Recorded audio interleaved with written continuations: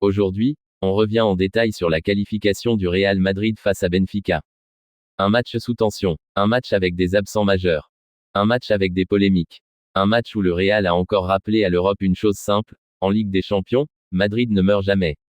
Et croyez-moi, il y a énormément à analyser. D'abord, il faut parler du contexte. Le Real jouait sans Kylian Mbappé, blessé au genou, absent dans un match à élimination directe. Et ce n'est pas anodin. Sans Mbappé, Madrid perd une menace constante dans la profondeur, une capacité à attaquer l'espace dans le dos, une arme létale en transition. Beaucoup voyaient Benfica créer l'exploit. Pourquoi? Parce que Benfica presse haut, attaque vite, et punit les erreurs. Mais Arbeloa n'a pas cherché à remplacer Mbappé poste pour poste. Il a modifié la structure. Bloc plus compact, sortie de balle plus patiente, milieu plus responsable défensivement, Vinicius plus libre dans ses déplacements. Le message était clair, ce ne serait pas un match de vitesse pure. Ce serait un match de contrôle mental. Et pourtant, très vite, le scénario semblait confirmer les doutes. Dès la 14e minute, Benfica ouvre le score. Mauvais alignement défensif. Camavinga mal positionné. Coordination imparfaite sur la ligne. Benfica attaque l'espace entre latéral et central, la course est parfaitement timée, la finition est froide. C'était exactement le scénario que les critiques attendaient. Un Real fragilisé, un Real dépendant des individualités, un Real vulnérable. Mais ce qui distingue Madrid des autres, c'est sa capacité à répondre immédiatement. 2 minutes plus tard, égalisation. Aurélien Tchouaméni. Et au-delà du but, il faut parler de son match. Présent dans les duels, lecture des trajectoires, récupération haute, couverture des espaces laissés par les latéraux. Il a stabilisé le cœur du jeu. Dans ce type de rencontre, il faut un joueur capable d'absorber la pression, de ralentir le tempo quand ça s'emballe, et d'accélérer quand l'espace apparaît. Tchouaméni a fait exactement ça.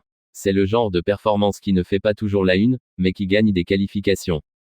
Et puis il y a cette action, celle qui change tout, celle qu'on ne voit pas toujours au premier regard. Valverde reçoit le ballon. Gonzalo Garcia est presque à hauteur du porteur. Un attaquant classique aurait demandé dans les pieds. Il ne le fait pas. Il déclenche un appel intérieur. Il attire le central. Il ouvre un couloir invisible. Et qui surgit? Tchouaméni, libre à l'entrée de la surface. Ça, c'est du football moderne. Un attaquant qui crée pour les autres. Un mouvement sans ballon qui détruit une ligne défensive. Un déséquilibre provoqué par l'intelligence. On parle souvent des passeurs, mais les appels intelligents valent parfois une passe décisive. Mais le match ne s'arrête pas là. En deuxième mi-temps, le Real recule. Benfica augmente l'intensité. Pressing plus agressif. Centre répété. Transition rapide. Madrid souffre. Vinicius fait des différences, oui. Mais il perd aussi des ballons dangereux. On sent la tension. On sent que le match peut basculer à chaque récupération adverse. Et pourtant, il y a une chose que le Real maîtrise mieux que personne, souffrir sans paniquer. Ils acceptent de subir. Ils ferment l'axe. Ils protègent la surface. Les lignes se resserrent. Les milieux coulissent. Les centraux ne sortent pas inutilement. Ce n'est pas spectaculaire, mais c'est mature. C'est une équipe qui comprend le moment du match. Et puis arrive l'instant que seuls les grands clubs savent écrire. 80e minute. Sortie de balle propre. Récupération au milieu. Projection rapide. Course parfaitement synchronisée. Finition clinique. Le Bréac. Explosion. Le Bernabéu en fusion. Ce n'est pas juste un but. C'est une démonstration de gestion émotionnelle. Madrid attend. Madrid frappe. Madrid termine. À ce moment-là, on ne parle plus de tactique pure, on parle de maîtrise du temps. Et dans ce type de soirée, impossible de ne pas parler de Vinicius. Match aller, décisif. Match retour, décisif. Phase finale, décisif. 6 buts sur ses 5 derniers matchs, 32 en Ligue des Champions. Mais au-delà des chiffres, il y a autre chose. Vinicius transforme des demi-occasions en moments historiques. Il n'a pas besoin de 10 tirs. Il a besoin d'un instant. Il provoque, il déséquilibre, il ose quand d'autres sécurisent. C'est ça, un joueur clutch. On parle souvent des statistiques globales. Mais les grands clubs ont besoin de joueurs qui marquent quand la pression est maximale. Vinicius fait partie de cette catégorie. Et ce match envoie un message clair au reste de l'Europe. Manchester City, Arsenal, Bayern, PSG, Chelsea. Le Real ne choisit pas. En Ligue des Champions, l'histoire compte.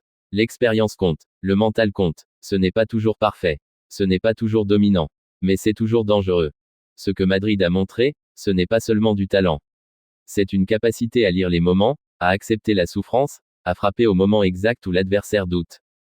Au final, on a vu une entame fragile, une réaction immédiate, un milieu dominant, une intelligence tactique dans les déplacements, un Vinicius décisif, et surtout une gestion émotionnelle d'élite. Le Real Madrid ne gagne pas uniquement par le talent. Il gagne par la maîtrise du temps. Il gagne par la culture européenne. Il gagne par un mental forgé dans les plus grandes nuits. Et encore une fois, l'Europe est prévenue. Pour sortir Madrid, il faudra plus qu'un bon plan de jeu. Il faudra briser quelque chose de beaucoup plus profond. Et ça, très peu d'équipes savent le faire.